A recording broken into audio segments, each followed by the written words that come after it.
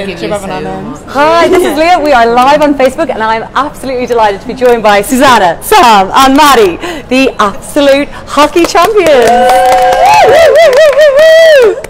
Big celebrations here. Ladies, welcome. How do you feel? To be honest, we're all a little bit tired today, but we're cracking on. Yeah. As you can tell, quite a few of us have lost our voice because we've just been chanting that song. Yeah. Susannah, how does it go? I can't even think. I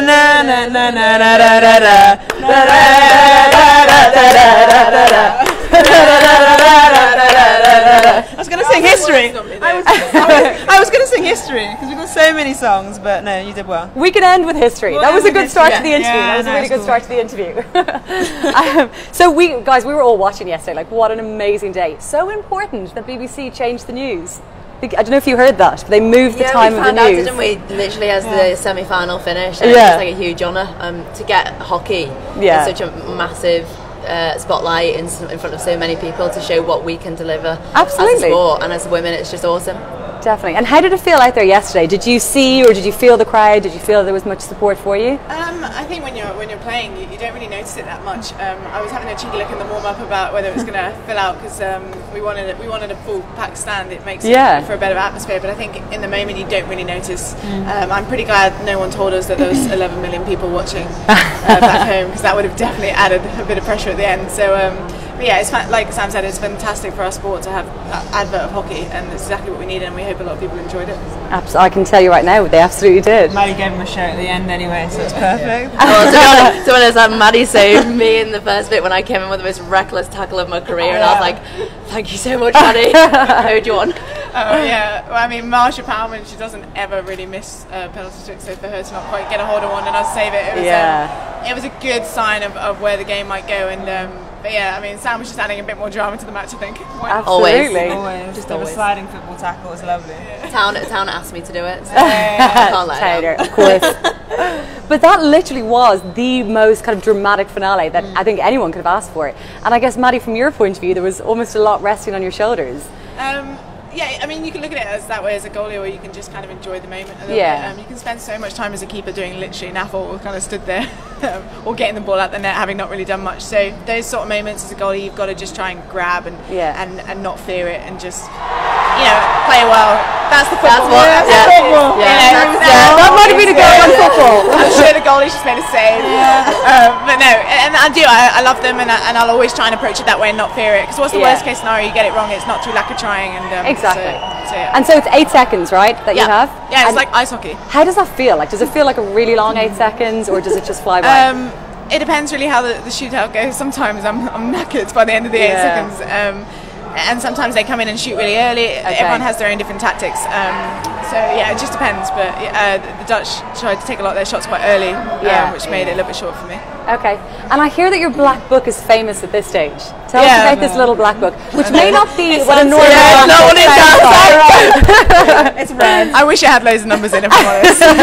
Do we need to fix that tonight? Yeah, very single. No, it's just it just has like numbers of who I think will step up, and then a bit of a plan. So under pressure, people normally resort to their strengths. So I've usually worked out what I think their strength is, and then I'll just make up a plan for that person, and so I just read that and I go and do it, and then it stops me hesitating and thinking in the moment what I should be doing, and that's all it is really. Amazing. And what's it feel like for you guys? Because you're standing there kind of watching. It must be almost even more nerve-wracking for you. Well, funnily enough, I stood with Georgie Twig yesterday, who takes them a lot of the time, and she was standing there saying it's so much worse just standing there watching. Yeah. For me, I think it's great. I take my shin pads off, I take my glove off, and I just watch these guys do the work. So it's a lot easier, but we see what these guys do. I mean, they practice it every week. They practice against Maddie, they practice against Kirsty, all of our other keepers. Yeah. And we have full confidence in what they're doing when they step up. And with Maddie, if you watched at the end of the game yesterday, we all ran into the huddle. Yeah. We almost celebrated that we'd won.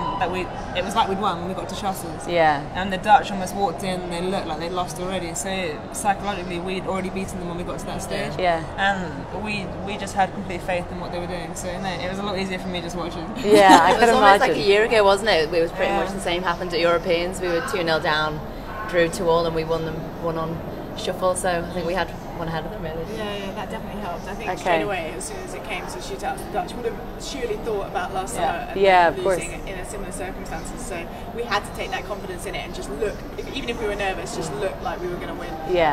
But like Towner said, I think everyone did believe we would. I mean, we love them. We've had a fair few shootouts, and that touch wood, we don't lose too many, so long may that continue. Yeah, absolutely. I think we all love it as well, as long as it goes the right way at the end. Yeah, it's a good one which it absolutely did. It was like in training the other day. We did shuffles training the other day, and Maddie went there and her legs were already tired from the game before, and she was like, guys, I can't. And luckily she nailed it. Yeah, everyone always thinks that the goalkeeper wants more shots and stuff, and everyone's like, oh, Maddie getting the goal. Final match, I barely came in for any of the shots. I was so tired, and at the end I was like, come on legs, one more push. I don't even run. I don't even know why they're so tired. Anyways, well, you're carrying quite heavy kit, I guess, on you. It's not like I've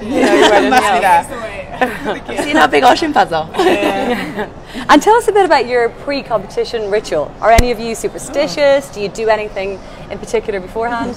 To be honest, we probably would not normally admit that, but there are a lot of individuals in our team. For example, like if we've been on a winning run, and Town has had, for example, a hair in a bun like today, she will not be allowed. She will not be allowed to wear a plait, a braid, a ponytail, or anything else. It always has to be that. So another one, Georgie Twig will normally say to me, she'll be like, "Oh, your hair looks a little bit different today." And put it back. And she literally tells you to put it back. Laura, and people sit on the same seats in the bus, and you don't change your tournament. It's just something that's done without even being spoken about. Oh yeah, definitely. From like listening to music, and like a few of us shout just before we run out the tunnel. It's like, "Come on, girls!" Amazing. So yeah. And do you all get on? I guess that's the question that everyone wants to know as well. Yeah, we do. We really look like we honestly really do. We have such a laugh together, and we're so lucky that we're all just like so close, and we just bounce off each other. We spend so much time together at Bisham Abbey, so a lot of the time people do think, oh, you must get sick of each other. But to be honest, we just take the mick all the time, and we just love to have a laugh, and we just love each other's company. Okay, amazing. And I've heard some rumours. Oh God, no, they're not that's true. all not true. They're not true. There's a lot of rumours. They're true. They are true. There's a lot of rumours I won't go into. Okay, that's fine. But I've heard, Sam, you're the dancer. Ah, there we go. I am partial to a dance move. Beyonce? Yes, I'm a huge Beyonce fan. Okay. Beyonce. Yes, Queen Bee. No, I went to see her. I've seen her 6 times on tour. Oh, amazing. 6 times. Imagine how much money this costs you. Yeah, but it's totally worth it. No, I just love a good dance. You'll probably see me out on the dance floor later on, and my leg will probably come out at some point when a little bit maybe the booze has kicked in and a few of the girls are throwing some shape, so it'll be fun. It's impressive. And can you tell us anything about the other girls? Let's describe each other. Let's play that game. How would Should you we start with Maddie? Towner? Or Maddie? Well, Maddie. We'll start with Maddie. Right. Maddie is... It's Maddie. Maddie is But so basically everyone calls Maddie Mad Dog. Yeah. Because honestly, sometimes when we're training, Maddie will just be bouncing off the walls and everything, and everyone's like, "Whoa, good Maddie!" And it's just her energy is just so infectious quite a lot of the time. And I think we've known each other for years. We've known each other for years. So this time 4 years ago, funnily enough, we didn't go to London. We were all in Thailand together. Okay. And it was a very tame trip. We didn't obviously do much. It was very calm. We spent a lot of time on the side of the pool doing nothing. I can imagine. Bed at 9 p.m. So we do know probably absolutely everything about each other. And what goes on tour stays on tour. Yeah. Unless you're in the Facebook booth. In which case... Towner, anyway. Towner is our international relations athlete. I like to socialise. I like to just know things, and I'll speak How's about your myself, black it's easier. I don't have a blackbook. We're describing you. So yeah, international relations athlete, because Towner knows someone from every single team, we think. Which is... And I don't know how else to describe it really. I don't know why you know all these people so well. I don't know. I say hi when I walk past. I'm like, hey, how are you? Yeah, but hi to Towner is like, oh hi, we're now bezies. No, honestly, you are one of the most funniest people. Like, it's just constantly a laugh with Towner, and anything you can say, anything, and whatever you're talking about, Towner will turn it into some sort of innuendo. It just happens. It just happens. It's a talent. I think I have this like look in my eye. It's like a naughty look, and it just comes out. But I can't help it. I blame my parents. Kate said, didn't she? Susannah brings out the wicked side of everyone. Yeah. Interesting. Okay, well, to that point, let's do a few quick-fire Q&As. So we're going to ask you a couple of questions, and I want your first answer, whatever comes to mind. Oh, goodness. Ready? Are we all shouting at the same time? Oh, yeah. So out of the team, who's the most fashionable? Oh, guys, quick fire. Yeah, Come on, no, quick fire. Kate. Oh, Sam or Kate, yeah. Okay. Not me, for sure. Towner once. Funny story. Go on, let's hear the story. We were all getting ready once. This is like again 2012. We went down to Maddie's and we went out into Brighton and everyone got ready. No, we had to get no, we really didn't. Quick. We didn't. Okay. So we're all there in nice dresses and heels, hair done. Tana comes down with the bun. Purple jeans and a leopard print long sleeve top. Amazing. I did end up going Amazing. And we were like, what are you doing? I went home and I had one heel and I didn't realise that I'd lost the heel. So I don't know what happened. So you win most fashionable, definitely. Yeah, sure. Who's got the worst habits? Habits? Oh. That's a tough one. Would you say Unzi? Unzi? Yeah. Unzi? Or not? Yeah, that fake tan. Yeah. Fake I tan, love streaky That tan. normally. It's just for TV. It's because they move the news. Who's grumpiest in the morning? Maddie's got better. You've got better. She used to be awful in the mornings. But everyone used to take the mick out of it though. It was funny. So now she makes an I'm probably effort. still the worst. Just. Yeah. I think we've answered the next one. Who's the best answer? Sam. There we go. She thinks she is, but Yeah, I think I am. Probably not. I just give 110%. yeah, that's true. What did you want to be when you grew up? This is a bit more of a serious one. Oh, I am a hockey player going to the Olympics. Tick. I wanted to actually present Match of the Day when I was younger. Did you? So, yeah. Do you want to if swap? you're looking, I'm available. West Ham TV. Yeah. West Ham TV. Yeah. Amazing. What about you? Guys? I would love to have just been like a TV presenter or a pop star. I used to put my hi-fi on the old classic, with the massive speakers, put it on loud and perform to my window, and I used to pretend the garden was the audience. I love it. And I'd be like, I love you, Liverpool. Thank you. Yes. I wanted to be a vet. Love it. Yeah, I love animals. Like animal mad. Like I can't kill anything. But that would have been the problem. I would have ended up being a vet and like taking them all home, and so I would have been useless. Nope. Even on the bus, I couldn't. Kenya, Krista, Krista, our Kenyan athlete. She's like the mosquito, like killer, like big, like Oh, lovely. Yeah, it was awful. It was like a war scene. I think we've probably gone through like 3 cans of DEET as well since we've been here. Yeah, We've been very I can diligent. imagine. Yes. Okay, and last one. What's one thing that you can't live without? My phone. Good answer. Yeah. Pretty boring. Mine would have to be vinegar. Vinegar. I love vinegar on my food, and everybody always takes the mick. I love this. I Vinegar. I really like pickled food goods. Okay. And one of my favourites, Frank's hot sauce. If you would like to send me a few bottles, I probably go through like 1 every 2 weeks. So what's the strangest thing that you've put vinegar on? Once a roast dinner. Oh, stop. Yeah. Yeah. Gravy good to know. and vinegar. Yes. What about you, Maddie? It would be Yorkshire tea bags. Big tea drinker. You've already been sent some, so you're fine. Yeah. I'm running low. See that? Frank's red sauce. See that? Tana, what do you want? What do I want? A new phone, please. Okay, well, I don't know if you've seen, but we've been getting hundreds and hundreds of questions and comments from loads of fans back home. So I think there's a few good ones. I'm going to scroll through. There's a few fun ones. There's a few more serious ones. So what tips do you have for young girls who aspire to one day be part of GB hockey team?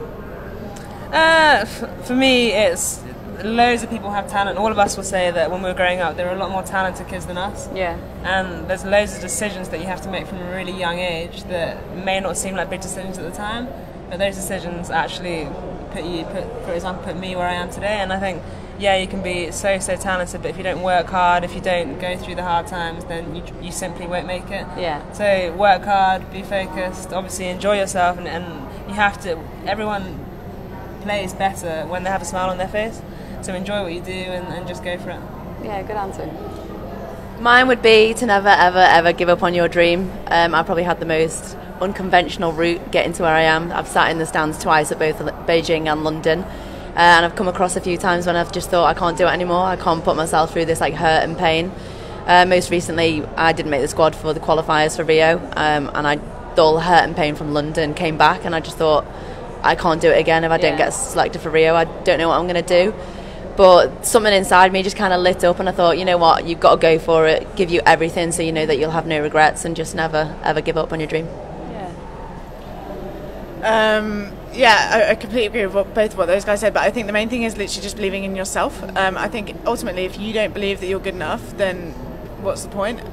You know, only so many people can tell you as coaches or friends and family and like fellow teammates that you're great or whatever and you're doing fine, but unless deep down you actually truly believe that you can like deliver and that, you know, that you are a good athlete, then you're going to always have that sense of doubt, and you do have to back your abilities when you're in the moment. You have to be confident, and that's a really hard skill to master. It's not easy, and you learn that, and I think that's really important.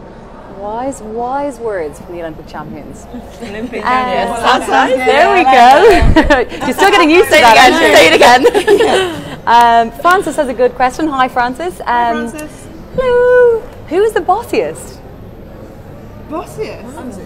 Yeah, Laura Unsworth. Laura Unsworth. Her way or no way.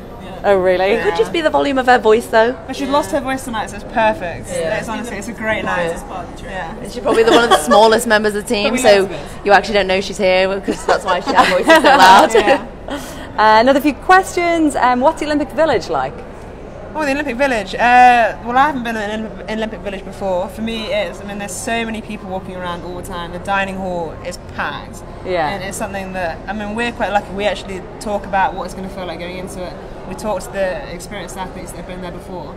So we can imagine what it's like before we get there. Yeah. I think for a lot of the smaller countries who haven't maybe been, they're not too sure about what to expect. And for me, it's just the scale of it is just absolutely enormous. Yeah. And for me, as being an international relations member of the GB hockey team, I meet lots of people walking around, but I've managed to stay very focused and actually relax on my bed most of the time. So I've been very well behaved. But no, it's an amazing village. There's pools everywhere. Yeah. There's, free food, obviously, which is always a bonus. I don't know what it's going to feel like to spend money again when I get home, but I'll have to work it out. Brilliant. Okay, and one from Brett, which I think we just spoke about it actually. He's asking, is the medal heavy? Yes, I've got DOMs in the back of my neck. Yeah. Like no joke. It's probably, what would you say about? 2.5 kilograms. Yeah. 3 kilograms. It's heavier than we ever thought it would be. Yeah, it's very central heavy. Well, it's a good burden to have to weigh. Yes. Yeah, exactly. Brilliant, guys. There's so many more questions we could go to here, but I think we'll wrap up. Can we just get you guys to say a quick hello to the fans back home? Everyone's been watching, everyone's been supporting, so I guess just a quick thank you to them. Hi guys, thanks to everyone at home, everyone around the world, all you Team GB supporters. We are so lucky to have your support, and just a huge thank you, and this one's for you. Thank you very much, guys. Thank you. Brilliant. Woo! It's not off yet.